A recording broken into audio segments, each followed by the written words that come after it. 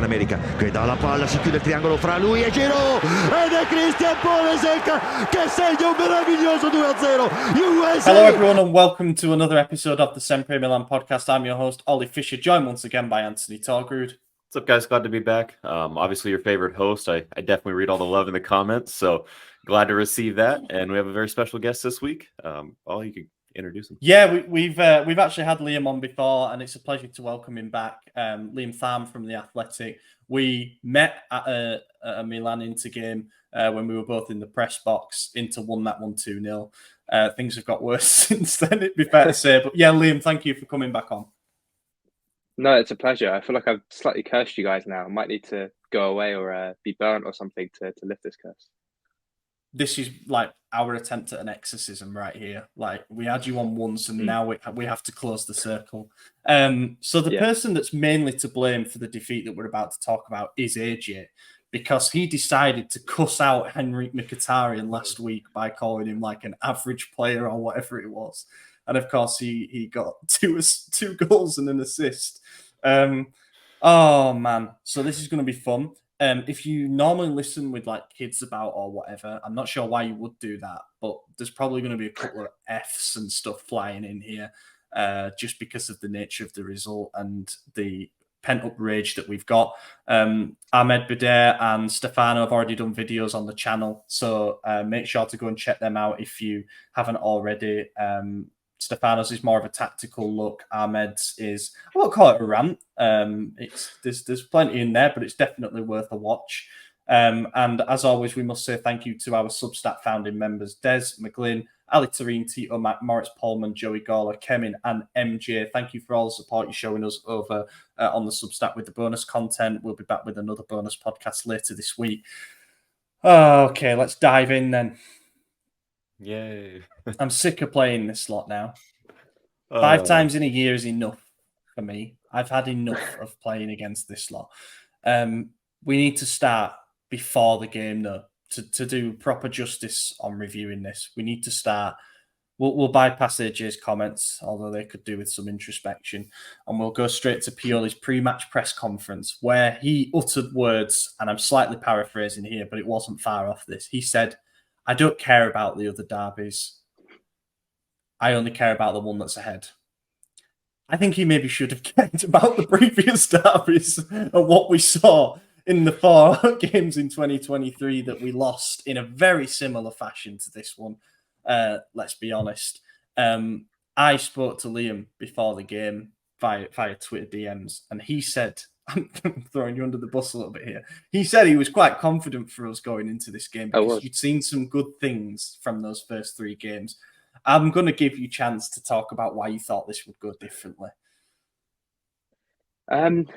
I think for the exact reason where you speak about the 4 previous derbies, in the flow of the game in terms of in both the first leg in the Champions League final and the Super Cup in particular, going 1-0 down sort of very early, in a similar fashion of failing to defend Federico Di Marco off the left. And I was thinking as well earlier today that if I remember correctly, Leao was injured in the first leg of the derby and didn't start, was on the bench. And I was even more surprised then that Pioli didn't sort of switch system and go, okay, we're without our key player. I think Milan are more balanced now with the transfers they brought in. But knowing that, okay, this time your hand's going to be forced. You've had the same starting 11 in the first 3 games of this season, but Tomori's suspended. So you need to change something.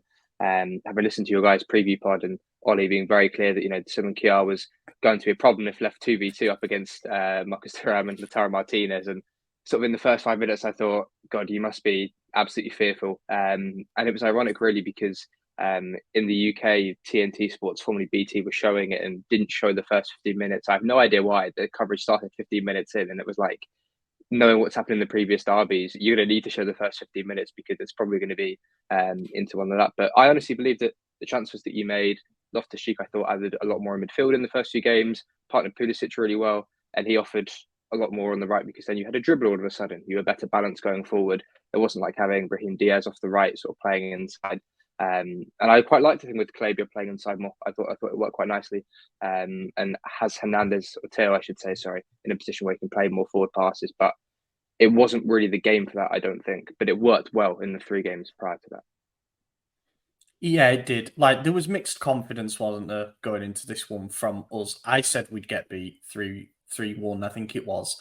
And even at 2-1, I stuck to my guns on that and messaged you saying, don't worry, they'll score again. And they did, but I didn't see another 2 goals coming. We completely imploded. I honestly don't think this is the kind of game that needs individual analysis of goals because, we drive ourselves crazy. To me, I think we just need a broader reflection on the strategy that was deployed by Pioli. Majority, it comes down to him and his approach and what he instructs the players to do, but also the players themselves who ultimately did let him down. AJ, I can't remember if I said it in the chat or not, but basically the emphasis was on not conceding an early goal. And we did that again. Yeah, 5 minutes. Kind of meant we'd lost. Yeah, I mean, look, you could argue there was a foul in the build-up on that one, and that kind of changed a lot of the dynamic early on. But at the end of the day, like, you can't concede a 5th-minute goal and then collapse. There's 85 minutes plus left to play, and if you don't turn it back on after an early goal, then what are you even doing? And conceding 4 more after that, like we obviously didn't. Like, Pioli got a lot of heat for his comments about we controlled the game the first 4 minutes. And like, that's true. But the moment you didn't control the game, you conceded and you never got back in charge. So like, you got to take some blame for that, foul in the build up on the first one. It is what it is. You get back out there. It's not the first time a team's gone behind in a game. You could win games that you go behind. We've done it in this exact fixture before, a 2-1 where Giroud scored a brace in the second half to win it. So, it's not unprecedented. It's not something that can't be overcome. It's not like these players are unknown to big games. They've all played in big games before. I mean, all the Chelsea guys were in a Champions League final. We've played in the Champions League semifinal against this team. We've won the Scudetto. Like, there's been big games before. There's no excuse. Maybe Reinders might be like, oh, the lights were too bright, but even then, like, he wasn't the worst person on the field. Like, no one was standalone culpable for everything. Like, they all just equally weren't good enough. I mean, Pulisic, my guy, it's his birthday. I hate to attack him, but he wasn't good enough. And Chukwueze off the bench wasn't much better. He might have even been worse, to be honest with you.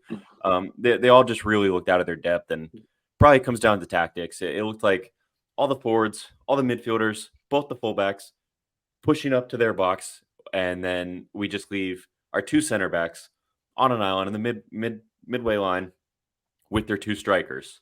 And every single time, all Inter had to do was wait for us to make a bad pass or get a foot in, make an interception, and then they make 2 simple passes because no one's in the midfield. So that goes to whomever they want. They have 5 midfielders versus our 0.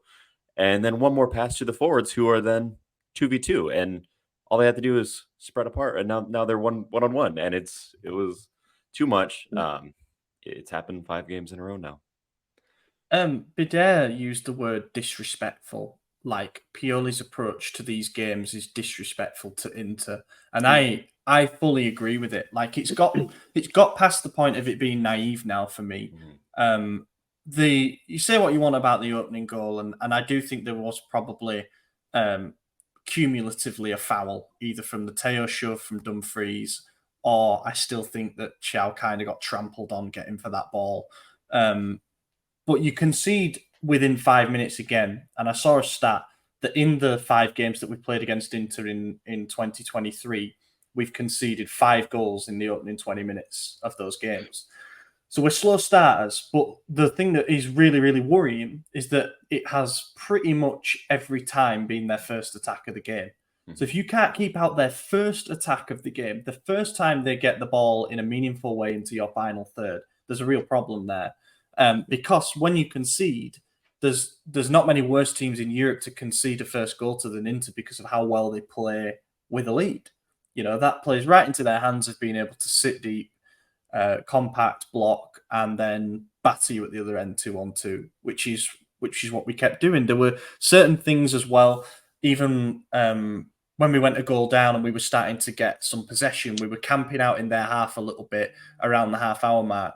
It was still really naive because we switched to like a 3-2 build-up with 3 in behind who were allowed to just circulate the ball because Inter are a goal up. They don't have to press the centre-backs. They don't have to press round on Calabria. Calabria then tucks inside to play alongside Krunic. It's kind of like a box midfield then, a 3-2-2-3.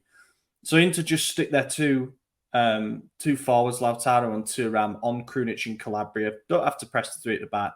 Then you've got a 3-on-2 on the other part of the box midfield, and then 5 guarding our 3. And then you're looking at it thinking, well, we're outnumbered in every single department now. And then when they win the ball back, they don't even think about playing it to the 3 midfielders. They just bang it long. Like Bastoni is a really good distributor of the ball, let's be honest. And the 2 wing backs are really good at playing it to each other and either advancing it through running or through passing.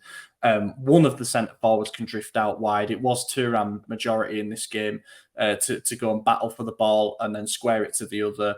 I'm just fed up of seeing this same pattern. Like we have no idea how to cope with it. And I know that there are a lot of teams in Serie A, and by virtue of the fact they reached the Champions League final, there's a fair few teams in Europe that are struggling to cope with this Inzaghi team.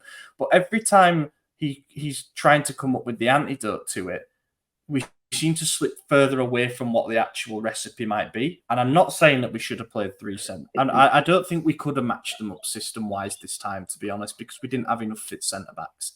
You know, you can't throw... You probably can't throw Pellegrino out there for his Serie A debut. We know Caldara's out now. Kalulu was injured. Tomori suspended. So you probably can't match them up that way. I think you just have to bite the bullet and play a 4-5-1. And you've got to get to half-time level. And that sounds really negative for us. But I don't think a draw was the end of the world in this result. And the pressure was probably more so on them, being the home team. I know home team, whatever, but to keep going and to prove that they can steamroll the new Milan as well as the old one. And if we could have stayed in the game for as long as possible, then, you know, we'd have been able to ask more questions of them in terms of, okay, you've got to commit a few more bodies forward now. And that might have played more into our hands. But you concede after 4 minutes again, first attack of the game, and you're left with a mountain to climb. I honestly think that moment, the moment that Mkhitaryan smacked it in to make it 1-0, was literally the moment we lost the game. You know, even at 2-1, when Leao makes it 2-1, I didn't feel particularly confident. Thuram deserves a mention. He came so close to joining us in the summer by all accounts, and he probably had a 9 out of 10 game. Yeah, I got heat for saying we should have just paid the extra $500,000 for that too, but you know, no one wants to applaud me for that one. They just want to attack me when I wrongly say an Inter player is bad, but you know, I digress. Yeah. Him and Lautaro, Liam, have got a pretty good partnership going on. Yeah, so early in a time as well. Normally we associate sort of good strike partnerships, I think, with needing time to sort of gel together. And I think if you were to compare him to sort of Dzeko as a player, Dzeko and Lautaro always feel, maybe because of the height difference, but feel like they're kind of different points on a spectrum at opposite ends. And I think Thuram feels like he's probably somewhere in the middle, that he's a slightly different style player. And I think that Milan just didn't adapt to that enough, as you say. I mean, we saw goals in the Supercoppa where Dzeko was pulling out onto the wing. There's, you know, the fluidity of that has been as much a problem of defending it as it's been trying to defend sort of 2v2. And I can completely sort of empathise with you on this and agree with you in that the way that he keeps trying to play and sort of make these slight tweaks is going farther away from what the plan is to try and beat this team. I know that Inter are exceptionally good at what they do in a very sort of specific way. I think their interesting stat last season was they won a lot of games in the league. They lost a fair few, but they hardly drew any. They're kind of a team that when they go ahead in games, they can hold on most of the time. When they go behind, they can't always adapt. But I don't currently have Pioli very high on the list of sort of in-game tactical managers to tactically adapt. I think the stat was, I might be wrong on this, so I might need to check, but on TNT commentary, they were saying that Milan haven't come back from behind to win a game since they beat, I think it's Inter 3-2, possibly at the start of last season, which is quite a few games to, you know, not come back from, if that is correct. But again, even in all these derbies that, you know, hadn't scored in 4 of them, you know, to finally get a goal now was in a period where they actually controlled a good chunk of the game. I thought Theo had some good forward passes. I think there's 2 sort of moments that stand out in the first half of 2 missed chances was, I can't remember, I think it was Mkhitaryan had a head off of a Di Marco cross at maybe 10 or 11 minutes at 1-0, where you think, oh my God, if they put in a second here, it's just a rerun of the Champions League semi-final, and then the game's completely out of the hands. And then there's a great Theo chance where he plays a really nice ball into Giroud, who makes a sort of sideways run across, and he sets it back and carries it into the box. And I really like Theo. I think he's one of Milan's best attackers in particular. He's definitely one of the best left backs in the world. But then you do reach a point of you go, who do you want getting on the end of your chances in the box? When you look at the bodies that Inter get when they get 4 or 5 in the box, 2 strikers, midfielders making late runs, then you get your left back having one of your best chances of the game. It's difficult. I thought they kept the wingers really quiet.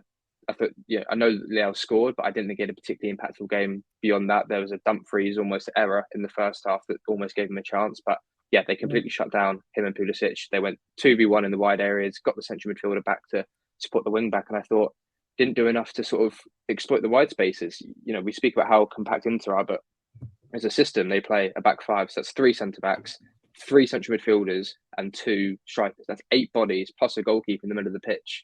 And I like this new system a lot with Calabria coming inside and dropping Theo a bit deeper, as you said, to make that 3-2 build-up. But you're then adding more bodies to the central part of the pitch. Really, this is a game where you've got to pin the wing-backs, or they drop deep anyway, but you've got to start attacking them, probably get your full-backs overlapping a lot, make runs in behind, try and drag them, pull them apart, get overlaps in, be penetrative. Then when you do take risk out wide, okay, it might go out for a goal kick or a throw in, but you're playing it essentially, you lose it there. And as you've said, you're then giving them ample opportunity. There's a collection of first half counter attacks in that game where Thuram's getting released or Lautaro's getting released. It wasn't a case of, okay, they did score off their first attack, but they then had more chances in that half to, make it even more. And I think the second goal sort of showed that, where even though Dumfries overhits the cross from really early, that, Milan have time to recover and don't really get into shape despite having a few bodies back. They don't get as many back as Inter would have done. And then to concede an amazing goal is a fair point. But they were just conceding chances that Inter would never concede. And that was something I said to Ollie, I think, actually, when we were at San Siro watching the first leg of the derby together, that it was the same in the Champions League then. And I don't feel like that's been learned from sufficiently. Another thing as well, like with that Thuram goal to make it 2-0, as you mentioned, it was an overhit ball from Dumfries. I think it says a lot about psychologically where our defence is at, because even though we'd only conceded 2 goals in the first 3 games of the season, we got the clean sheet against Bologna first game out. And obviously Tomori was out, which does alter things a little bit. But what your centre-back should still be able to do is make solid, rational decisions in a situation like Chow was in for that second goal. He gets sort of, I'd say, posted up by Thuram, squares up to him. And what would you not do as a centre-back, or speaking as I was always told, you just definitely don't show them inside onto their stronger foot.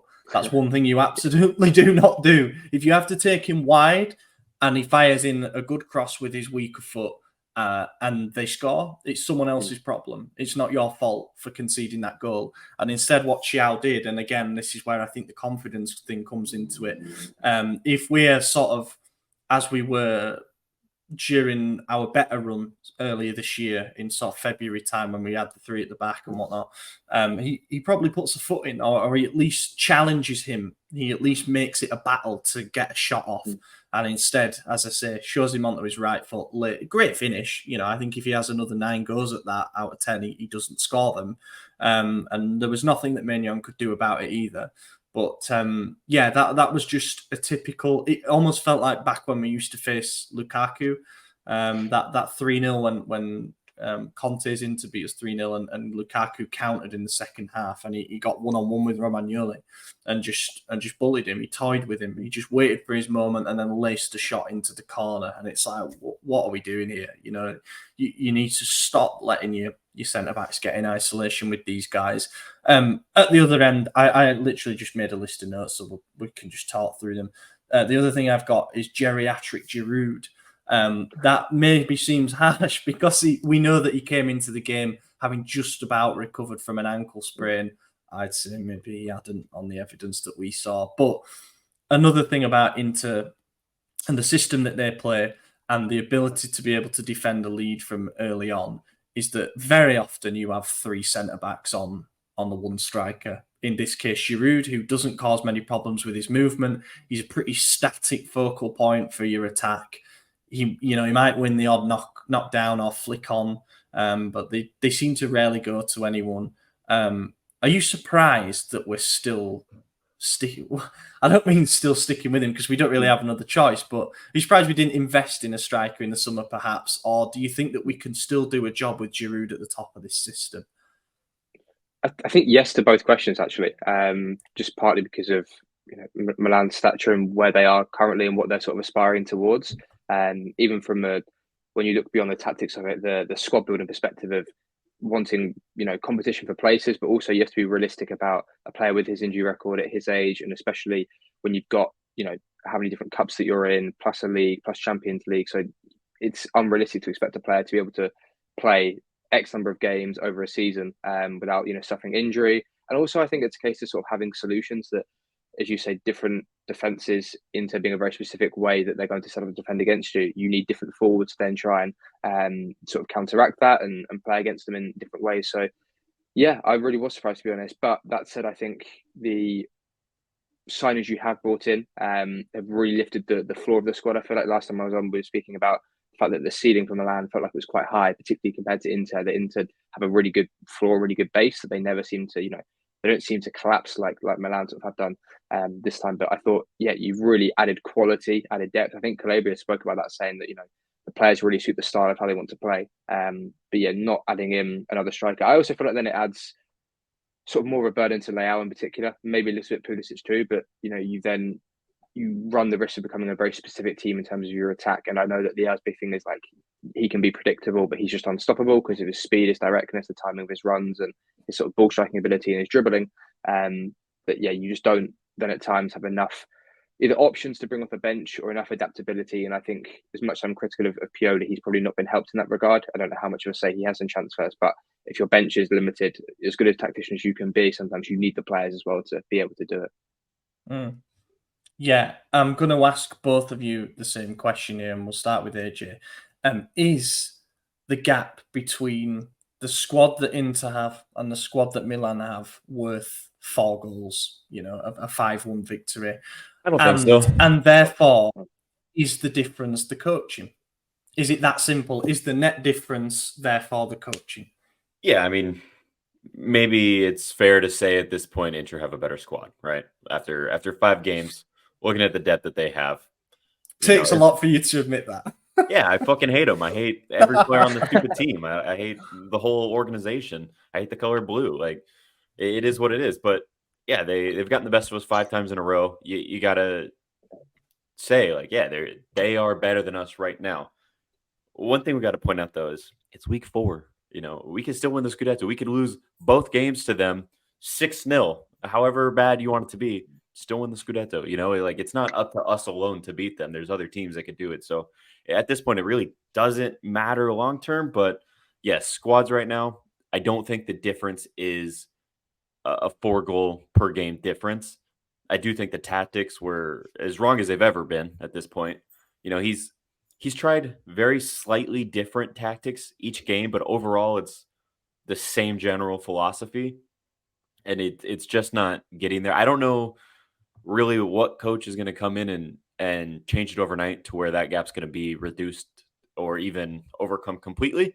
But yeah, right now, I mean, look, as a cup manager like Inzaghi is, preparing for a one-off game is easy. He could prepare for specifically Milan and prove, as he has, that it's simple for him. So the coaching plays a big part, a big part. But and just to go back to Giroud a little bit here, I don't know how much I could blame him. He's 37 years old. Like, you're not going to teach an old dog new tricks. There's only so much we could expect from him. We tried to get another striker. Today, Nicholas Jackson said he was close to joining us, but then Chelsea swooped in with more money at the last minute. We were close to Openda.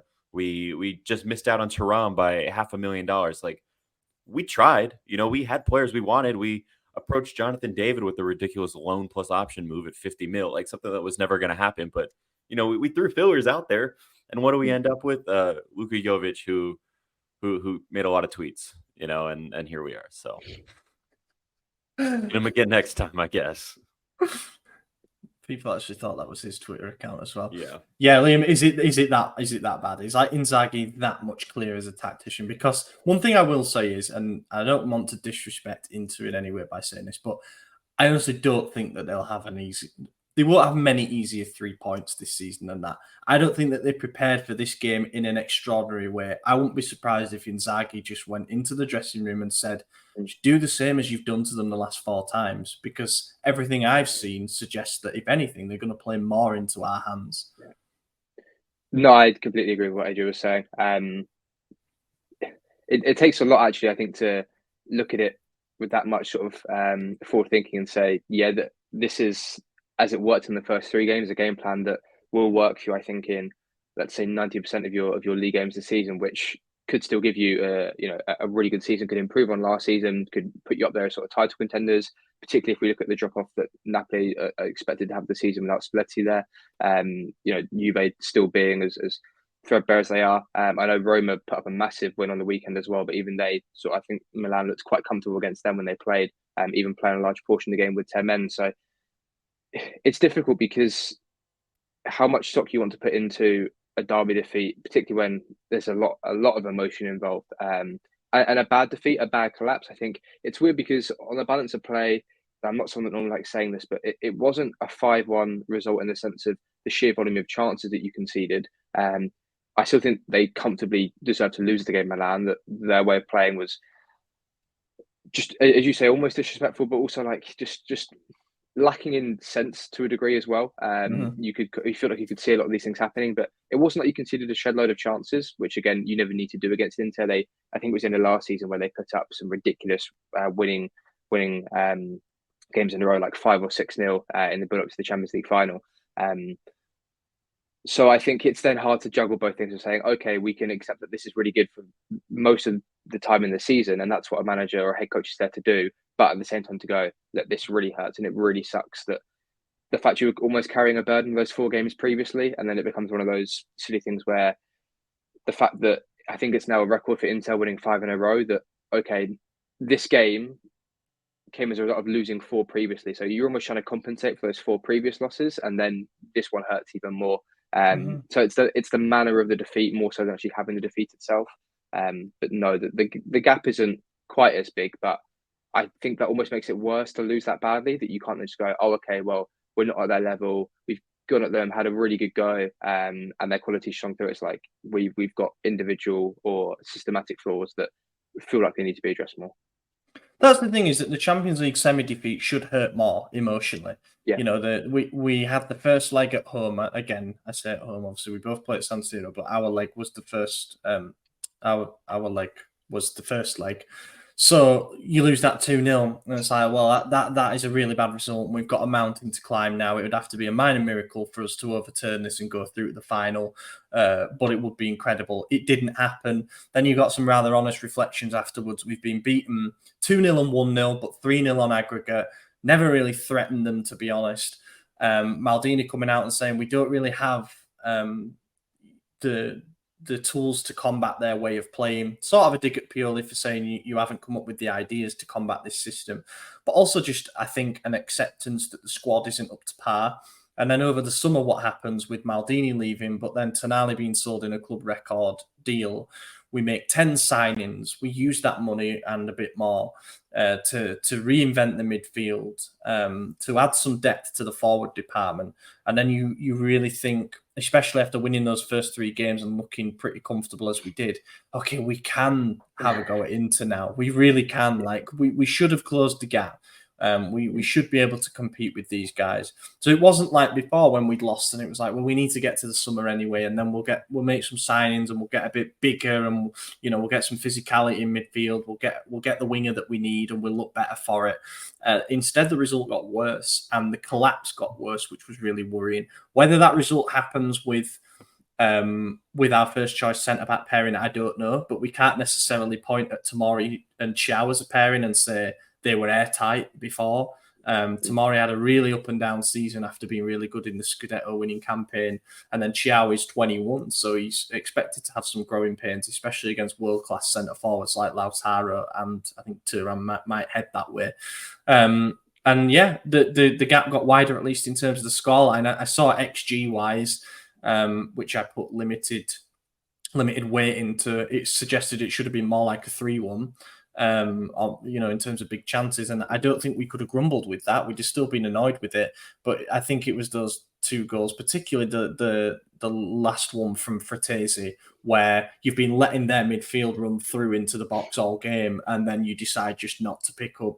That came from a Chukwueze giveaway at the other end as well. And it's like the whole team front to back by that point had systematically decided it's not our night. So let's just try. You saw Leao's reaction after the 3rd goal. He had just scored, put everything on his back to get us back in the game. Like, that wasn't an easy chance that he took. It was just, typical Leao, but it's still a difficult shot. And he puts that away. And then less than 10 minutes later, we concede a 3rd. And you see him, he's kicking the ground, throwing his hands up, screaming, fuck. Like, if your star player is that disgruntled with your team's performance and he turns off, like, how do you expect everyone else to react? The players who don't think they could do anything. Leao believes he's capable of doing everything because he is. The other players might not be at that level yet. And then they see this and they're like, fuck it, it's done. And then we give away the 4th. And then we give away the 5th, like you said. No one tracked back. Like, you see Teo and Calabria just jogging. Like, it is what it is. Here we go again. They've been there. This team has been in the trenches and not dug themselves out of it quite a few times. Look at March. Look at January. Like, this isn't even the 3rd 5-goal defeat in Pioli's era, let alone this team's in the last season. So it's rough. They don't. Pioli said something interesting in his press conference today before the Newcastle game. He got asked if the time that the patience that's needed basically for the new players has actually been underestimated off the back of the first 3 results that we got. And he said, and I don't know, because there was a blackout basically, so the stream went down for this. The questions were literally being asked in darkness at Milanello. It was quite funny. But I don't know what tone he said this with. But he said, I think we suffered more from those who'd experienced previous derbies than the new players. And I think what he's basically saying is there are supposed to be leaders in this team. Give me a fucking hand, Like, take some responsibility, because everybody points at Teo and thinks back to, he's had a couple of good derby performances, and there was the pantomime villain thing where he got sent off against Dumfries, and you think, well, there's a player that's always going to be up for the fight against this lot. He actually dislikes Inter. He'd given up by the 80th minute. That can't happen. Kier wasn't even the worst centre-back. As I say, Thiago, that's a whole separate discussion. He's young, he's going to make mistakes, especially against good players. But Kier is a player that should be a leader. He also shouldn't be in that game, unfortunately. Calabria is your captain. I think more so than a vocal captain, he's a captain who's going to try lead by example with consistent performances. Rabbit in the headlights every time he plays against DiMarco. He does not know what to do with him. And then you look to your forwards. Giroud, unfortunately, a little bit starved of service, did okay when he was able to link up.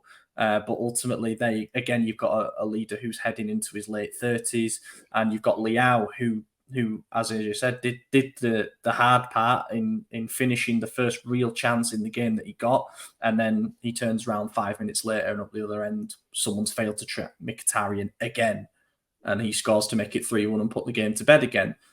So the leaders let us down, and you can't have that in a game like this. And the final point I want to make before we close the book on this one and on 2023 derbies is about Krunic. We kind of hypothesized over the last few weeks that Krunic is going to be absolutely okay, as in 6 out of 10, performing that role at the base of the midfield against the majority of opponents that we face, because he's tidy, he's no thrills, he ain't going to dribble past 5 players, he's not going to knock a 70-yard ball out to the wing, but he can just do everything to a basic level. This, I think, was one of those games where it proved we need something more from midfield, and he's a chocolate fire guard when those midfielders are coming forward and like, yeah, I don't know. I'll throw it out there. I mean, that's really it. Go ahead, because I've said it. No, I was going to say he's just very fireworks, no disasters. A player that is, I don't think I've ever seen him really be phenomenal, but he's just very much a facilitator. I remember in the 4-0 against Napoli where he kept sort of just popping up in the back line, lets the fullbacks push on. He's almost a necessary. Evil's the wrong word. He's not necessarily evil. He's almost a necessary passenger at times to let your other players get further forward. So yeah, he was fine.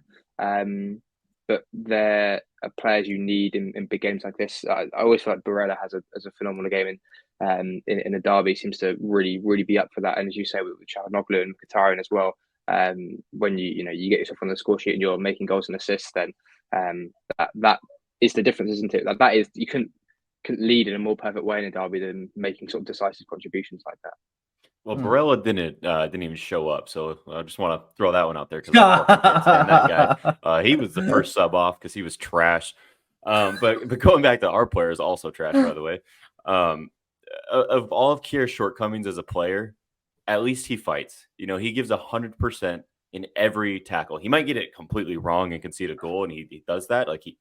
We all agree he shouldn't be out there. He's close to 40. I believe he's also 36 or 37, but at least he gives you the right mentality where, like you said, Teo gave up. He gave away a penalty. He gets pushed off the ball for the first goal. He doesn't care. He's like, whatever, I lose these games now. He really hasn't had a good derby since the one he got sent off in against Dumfries, where I believe that was a 2-1 victory, right? Yeah, that was the Giroud game.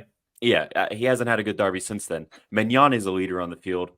It's hard to look for a leader who just let in 5 goals. I know most of them aren't really his fault. He's not doing a whole lot to those, but it's, how do you be like, okay, this guy's got our back when you literally just let in 5? And yes, you could blame other people, but that's looking at third goal. All I'm going to say is the third goal, he didn't even move. It went in at his near post and he did not even put out an arm to save it.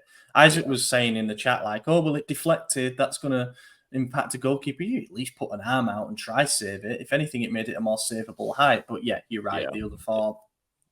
It was bad. I don't even remember. I know Forteza got the 5th one. I genuinely don't remember how it went. Mentally, I was out at that point. I was whatever, But yeah, and again, Leao throwing his temper tantrum after the 3rd goal, and justified, by the way. I'm not attacking him for that, justified. But again, that's another guy who's been there, who's a leader.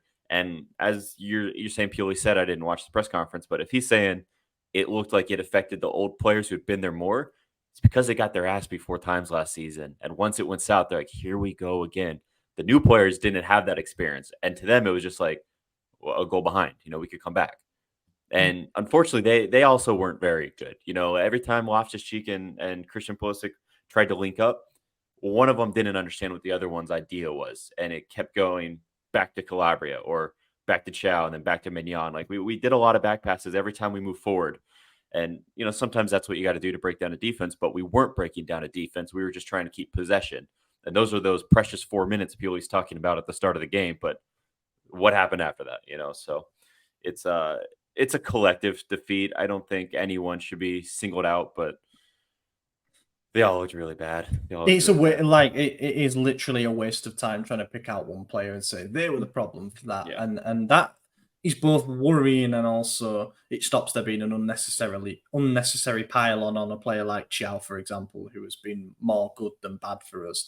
But yeah, it was essentially a team collective failure. Like even Reinders, the game was bypassing him. You've got to realize he hasn't played in a game of this level, of this intensity, quality before. And there are players that are going to need time to adapt. And Pulisic, it wasn't his best game. He didn't have the most joy. He got doubled up on mostly in the first half. And then it became clear that he was struggling from the effects of flying 12 hours back 48 hours before the game because he'd been on international duty. And this is what happens.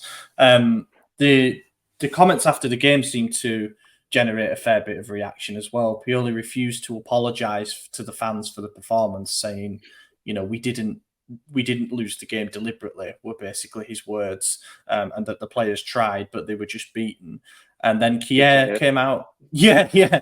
Although looking at the performance, I'm not so sure that that's the case. I think it was fucking sabotage at times from the from Pioli.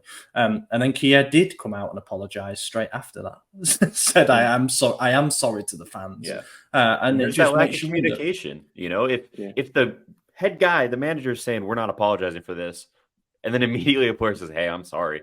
Like at least tell the team we're not apologizing for our performance. We gave it our all.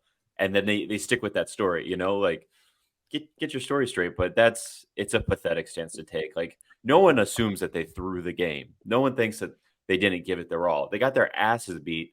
And that comes down to tactics and game management and a lot of other things. But you do apologize for that because you are responsible for it, whether you intended to or not. If I'm driving and hit another car, it wasn't intentional, but I got to apologize if it's my fault, right? Like, it's, I don't know. That's silly. We weren't. Nobody was asking him to apologize for the effort levels. No, but it's when you say I'm not going to apologize. It's like, we didn't ask you, but now you're a piece of shit for not, like. Going out of his way to say it. I just remembered it was Kier who came out first and apologised. So it was almost like Pioli was saying after his own player had said it, we're not apologising for that. Well, first of all, one of your leaders just did. That's probably what prompted the question then. Yeah, and secondly, it just makes you look a bit spiky and a bit defensive. He does have this knack now, Pioli, for when we've had a bad result, and this happened particularly in the sort of January crisis earlier in the year. Instead of sort of owning up to it and saying, okay, this happened again that we got wrong and I know what I need to do to fix it, he just kind of becomes a bit flippant and a bit like, well, I'm not apologising for it. We'll get back on the training ground and we have to recover in the next game. And I think people are getting a bit bored of the rhetoric now. Like it's empty words. We need to see improvements in performances against a guy that you won a Scudetto and he hasn't got one. Like you managed to outlast this guy and win the league title in 2021-22, and you're getting your ass handed to you 5 times in a row now. So here we are. Right, we'll do man of the match and flop of the match then for this one. The man of the match just has to be Leao for the goal, and I know that's very simplistic, but you're not picking from many for this game. Yeah, I wasn't going to pick one at all. I abstain. Fair. Liam, did you see a man of the match? Or are you abstaining as well? Yeah, I think I'd refuse to give one out on that result. There's no even Leao, I think, didn't have enough of an impactful game. He did score, but there's not solely on him to carry an attack. But both he and Pulisic weren't given enough service, and it didn't seem to suit them. But you needed more from everyone individually, and also in the sense that I think it's equally hard to pick an individual flop of the match, which is also a really weird situation to be in after that big a defeat, which says a lot about the system and all the tactical stuff we've just broken down. Mm-hmm. Yeah, I would agree with that. If you single anyone out, someone's going to be mad. So it's like they all had a big flop. I'm not picking anyone. Yeah, I've had we've all had a cathartic rant about all the players who underperformed. So I'm giving the flop to Pioli. It's obviously coach, not player, but you set your team up to fail, and then you can't act surprised when they fail. Let's move on then. Champions League action.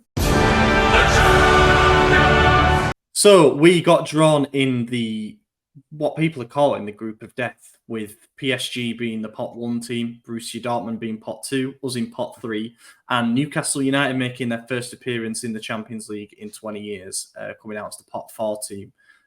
Before we go into this game in particular, Liam, what were your reactions when you saw this draw, and who would you pick sort of on paper before a ball's being kicked in the group as the 2 teams you would fancy to go through? Yeah, it's a hefty group. I think there's a very real situation where any of all of them could progress in any of the 4 positions. You could put the group any which way, and I could see that happening. People will probably write off Dortmund as one of the weaker teams, I think, given the fact they really bottled it on the final day last season. But I think they got through the groups fairly well last time. They got into the knockouts and stuff. So this is a team with enough experience that have done it in sort of recent seasons, and I think they're always have a decent-ish record in getting out of the groups. Not necessarily going particularly deep, but they're definitely not a team to write off, particularly at home. I think you said that for all of the teams. PSG are always seen as one of the strongest ones on paper, but I've watched a few of their games at the start of the season now under Luis Enrique. They've had a good couple of wins. They beat Lens quite well, but then Lens have started badly. Beat Lyon well, but Lyon have started badly. And besides that, we're very bad at home to Nice recently. Had sort of similarities to Milan, really, about just getting pulled apart in transition and having a lot of the ball without being particularly incisive. And as electric as Newcastle have been under Eddie Howe, they had 3 losses in a row prior to this weekend, and then beat Bournemouth unconvincingly with a penalty, and maybe could have drawn or not won the game.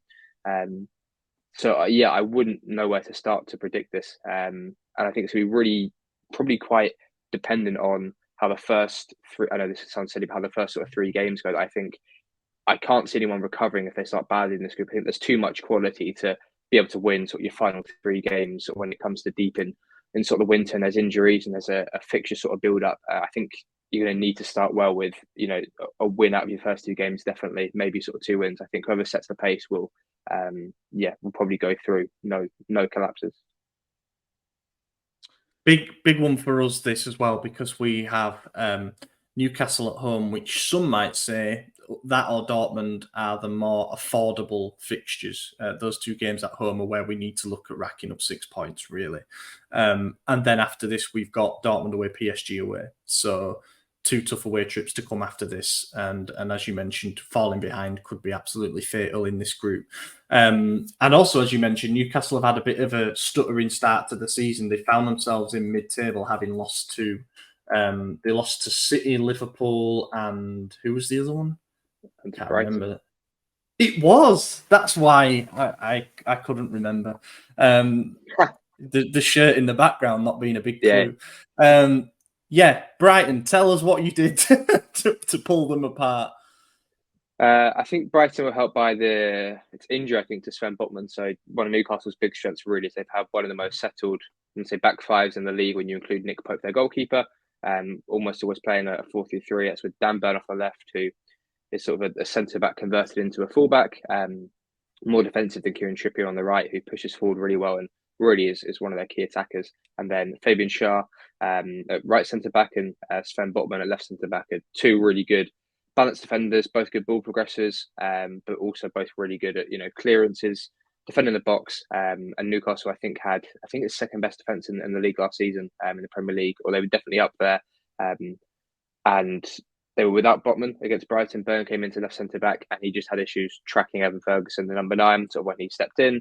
And their defence, just I guess, having been so organised and balanced, that when you suddenly then have to go away from that, it takes time to adjust. And Premier League, in the Champions League as well, you don't get that time or opportunity to adjust. Players are quick, they're good, they're incisive. The attacks are better than any other standard of football. So I think that is an area where Milan could cause some serious problems. I think, particularly looking at that Giroud-Leao link up, could possibly be really devastating. The need for an immediate response is there, and we're at that stage of the season, I suppose, where having a congested fixture list can actually be a beneficiary, because if you have a bad result, you don't have much time to dwell on it. You just straight back out there. And for us, there's no travelling involved. We're back in 4 days after the scene of the crime at the same place to try and put things right. AJ, are you making any lineup changes for this one based on what we saw and who might be tired and who might be shit? Well, I mean, it sounds like Pioli is. The obvious one is Tomori back in the lineup, right? He's not suspended for the Champions League, so no reason to not play him. It sounds like Pioli's going to play Pobega over Reinders, giving Reinders a rest, even though he played 57 games last season, has no injury record, and has no history of needing a rest, especially at his young age. And then Loftus-Cheek, who does have an injury record, is being forced to play again. So, go Stefano there, but... I personally wouldn't make that change. If I'm going to put Pobega in there, it's for Loftus-Cheek. They're more like for like. It doesn't make sense to me to take out our most creative midfielder for another just physical guy who, and he's like, let's be real, Pobega is a bit more of an oaf, just kind of running around with cinder block shoes and, hitting the ball, hitting people and hoping for the best. And whenever I make a point to attack him for that, he tends to score. So, hopefully that continues. But me personally, I don't play him. And it sounds like Chukwueze is going to start as well over Pulisic. I get it. He needs a rest. He started every game. Chukwueze's got to start eventually. What better game to do it than in the Champions League as opposed to, in the league where you've already kind of decided on Christian. But Christian has played Newcastle quite a few times, and Chukwueze is new to this. So I don't – well, I haven't fact-checked that, as the comments will tell you. I don't know if he's played Newcastle before, but I know Christian obviously has. So that's a weird one to me as well, but I don't absolutely hate it. I think the rest just sets itself. I think with it being at home, with it being Newcastle's first time in the Champions League in over 20 years, And with them playing in the Premier League, a league notorious for weak atmospheres, they get excited when there's a goal, and that's really about it. As you should. I mean, yeah, but they're not, singing and chanting the whole time. Celebration. No. Yeah. Yeah. I think they might come into San Siro and be like, oh, this is loud or something. And that might startle everyone, obviously, bar Tonali. So I don't know. I think this one actually plays into our favor, especially with this being their first game in it in the 20 years. I think we have a good opportunity here, but I'm not set on Newcastle exiting this group. I think they might be able to just barely scratch by and get through if things go badly for us. But I'm still leaning towards PSG topping the group, and then we'll see. It's a toss up between us and Newcastle for second. Yeah, I'm a bit worried about this one because I think Inter have shown the way to beat us for a start.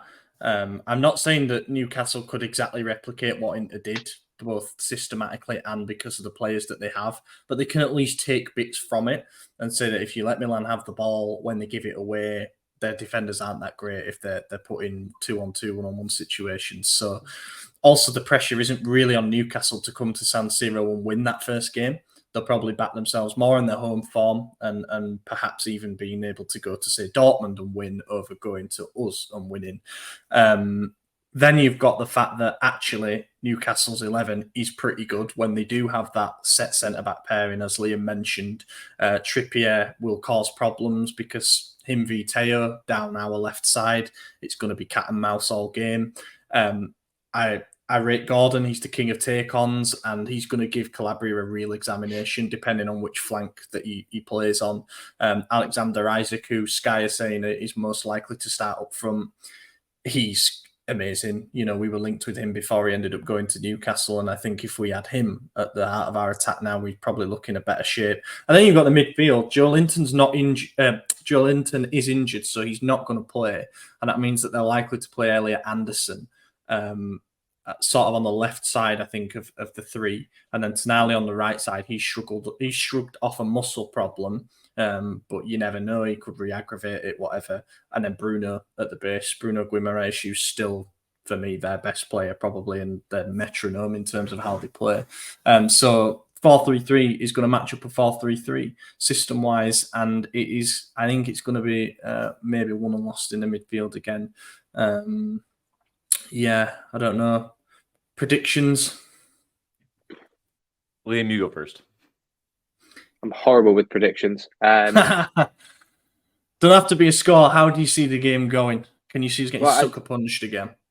I think the start is even more important than the Inter one, based off the back of the result there. That, as you say, having been to a Champions League game at the San Siro, the atmosphere sort of pinned me back in my seat a bit. That's something they need to play off. If you can see the goal on the counter attack early, I think Eddie Howe's remit for Newcastle will be a case of go there and it's their first game. It's probably try a few things out as well. It's probably a case of look, anything is a bonus as a result. Milan just need to start well. And that doesn't mean be ahead early on, but I think it means keep control, have control, don't be vulnerable in transition, and things need to click from the off. So I think there's less of a desperation to win and bounce back straight away, as you mentioned, just because of how quickly the games are coming. And let's also be fair that you've started quite well in the league. It's not like a case you're already playing catch up. But just don't implode like against Inter, which is easier said than done. But this is a Newcastle team who, at their best, are a quick, incisive attacking team. We actually saw, if people want to watch a good example, when they lost 2-1 home to Liverpool, they were playing 11v10 for most of the game, and Virgil van Dijk was sent off for Liverpool.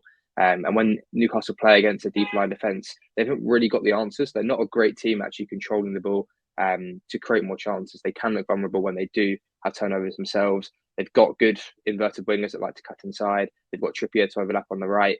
But they're kind of seen as, I think, similar to sort of early Liverpool under Jurgen Klopp, where they're about intensity, about directness, about a bit of chaos as well. So if you can control the game better and minimise that, then that should see you on the right end of the result. Yeah, I'm just looking at their previous games this season. The only one they failed to score in was against Man City. You can't really hold them at Played quite well for that, as well. And they only lost 1-0, so that's honestly, They a honestly pretty good deserved result. something from that game, from what I remember. They were pretty good. But looking at the other ones, Liverpool, they went ahead early and then lost. Obviously, Brighton smoked them, and then they just got a late consolation goal. And they needed a penalty to get past Brentford. So the only game that's really sticking out is that opener against Aston Villa, the 5-1 victory. Tonali scored the first goal in that one. Hopefully he doesn't feel like doing the same thing on his return here. But yeah, I think Liam makes a really good point. They might be trying some new things. Something dangerous to think about is because this is their first game back in 20 years, the expectation isn't, making it to the final. It might not even be making it out of the groups. So who knows? They might have nothing to lose. They might just balls to the wall and try to emulate Inter. And if they do that, then it's going to be a long day for us. But I think we're going to start strong, and hopefully that's enough. I don't see them coming back from behind to win any games. At least they haven't yet this season. So neither have we. But I think if we score first, it doesn't have to be very early, but score first in the first half, go to halftime 1-0 up or whatever it may be. I think we could ride it out, and I'm gonna predict a win here, but it's gonna be a close one, like a 2-1. I'm sticking with what I've put in the preview, which I've already written part of, and I'm going to go with 1-1. I would love to see us take this game and play it with composure and control, as if to be like, we're the ones with the experience in this competition. Realize the level that you're at and let the atmosphere do the rest, and hope that we force them into mistakes by just playing tidy football rather than being all over the place on both ends. But I think that we're just going to have to stabilise after that result on Saturday. And I think a draw, while it wouldn't massively boost our chances of getting through the groups, I can see them potentially hitting us on a break, and either we battle back for a point, or alternatively we get the lead and we fail to hold it. I don't know. I'm not massively confident for this one, but I think it'll be a good test of both teams' mettle and where they're at, because how v Pioli is not something that I thought I'd see 3 years ago.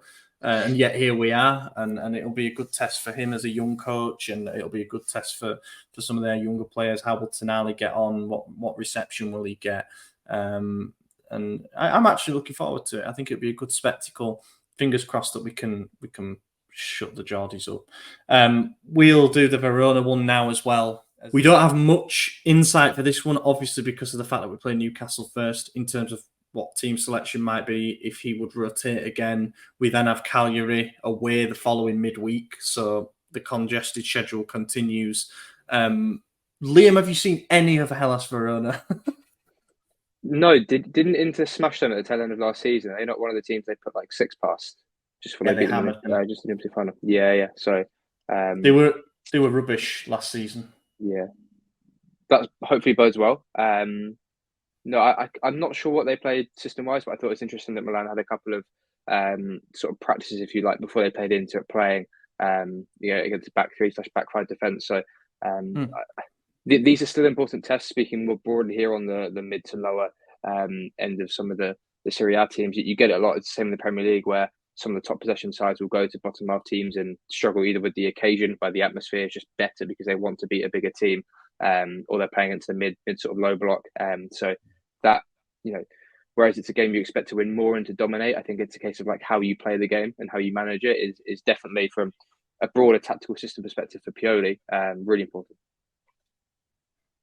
Yeah, Verona last season, they managed to stay up in the relegation playoff. They were lucky to do so, because if it had been normal, as in the season before and prior to that, they would have gone down on goal difference. But because a ruling had just come in, which meant that if two teams were tied on points to be a relegation playoff, they played Spezia in that and ended up beating them to secure their survival.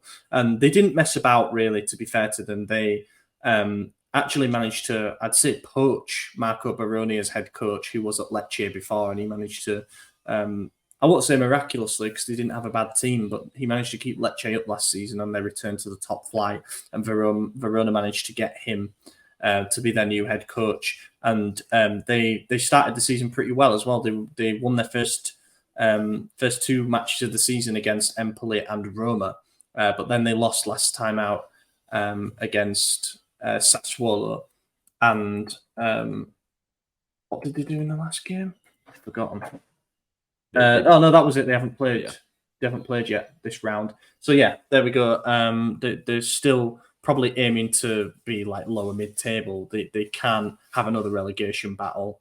Not a club of that size, no matter how badly they've been run. So it's got to be a win for us ultimately, without being too arrogant about it. If we are serious about putting up a battle for the title. Well, and it has been a win. The last 5 games we've won against them. 3 of those by 3 goals scored, and the other 2 with 2 goals scored. I mean, this isn't a team that troubles us. In fact, they haven't beat us since like 2017, something like that. This should be routine. You know, Leao had a brace in the last game against them. I think Giroud had a penalty as well. Obviously, one of those games, and I'm including in that, was the crazy comeback, the 3-2 comeback in the Scudetto season. We were down 2-0 at half, and then came out on top with the Castillejo masterclass at the end there. But other than that, we haven't had many struggles against Hellas Verona. This is a team that historically, at least the last couple seasons, has been an easy 6 points for us. I would hope that continues, but you never know. Fatigue from the Champions League, depending on what the rotation was looking like. If there's a rotation, we know Pioli really rotated a lot last season with the Champions League.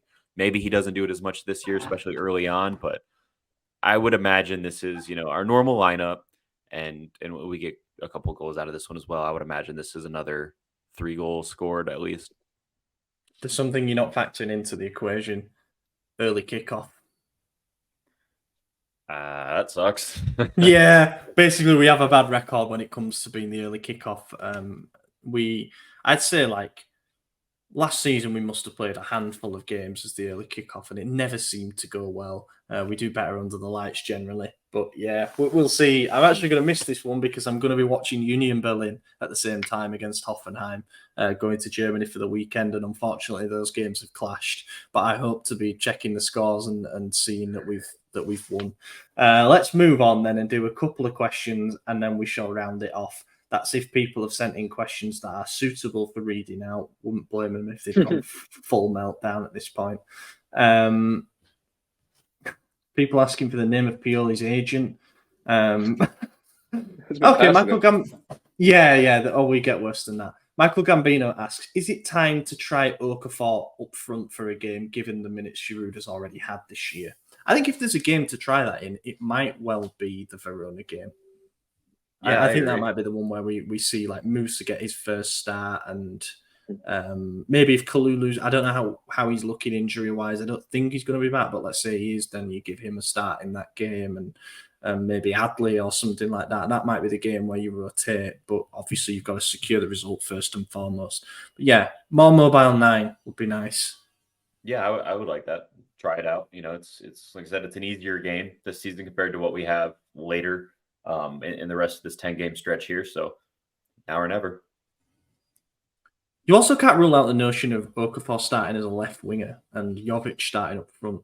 Liam, what do you think of the signing of Luka Jovic out of interest? We signed him on a free transfer in the end from Fiorentina, and it's getting towards, now he's 25 now, we're getting towards like, not quite last chance saloon, but, how many more chances is he going to get at a big club? I'd forgotten he existed, to be honest. He was really good a few years back, I think, which I don't mean insultingly. But I remember him being maybe, where was he before Fiorentina? Was it Fiorentina where he had a breakout, or was it somewhere else?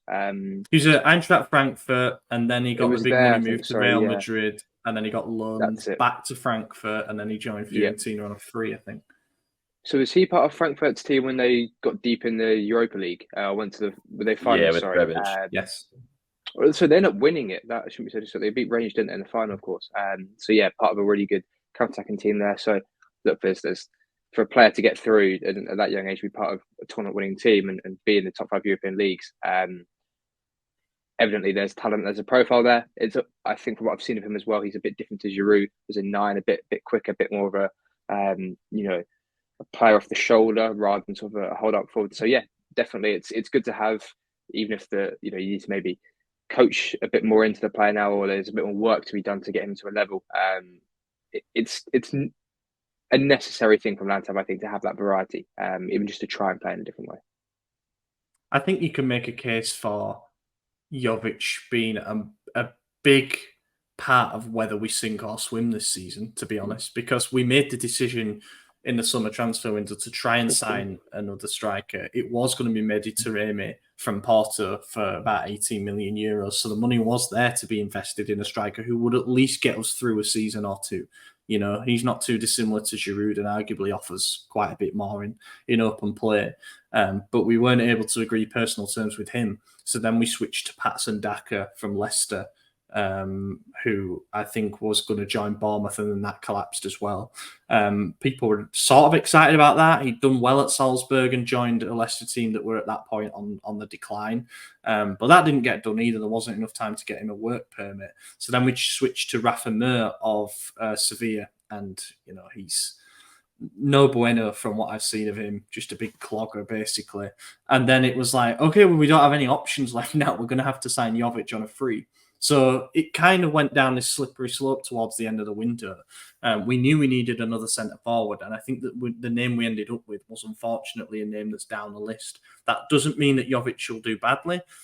Above all, he needs to stay fit. He played 50 games for Fiorentina last season, and you know, if he can just stay reliably healthy for whenever we need him, and he can chip in with a similar goal contribution to last season in terms of the minutes that he played, then we'll be absolutely fine, and he'll probably earn himself another contract. But if he just doesn't hit the ground running, the big games are not for him anymore, or he gets injured, then we're going to have to give Giroud too many minutes again, and I think that's going to impact the way that we play. And it will also impact what happens with Okafor. And then if we have any depth at left wing, do we have to move Pulisic over? Then Chukwueze starts more games. It can just become a real mess if we don't get a contribution from someone that ultimately we brought in on deadline day. Okay, final one comes from Christian Espinoza. If Pioli goes back to a 4-2-3-1, which two players out of Loftus-Cheek, Reinders and Krunic would you start? And what about Benacer when he's healthy? Formation change stuff already?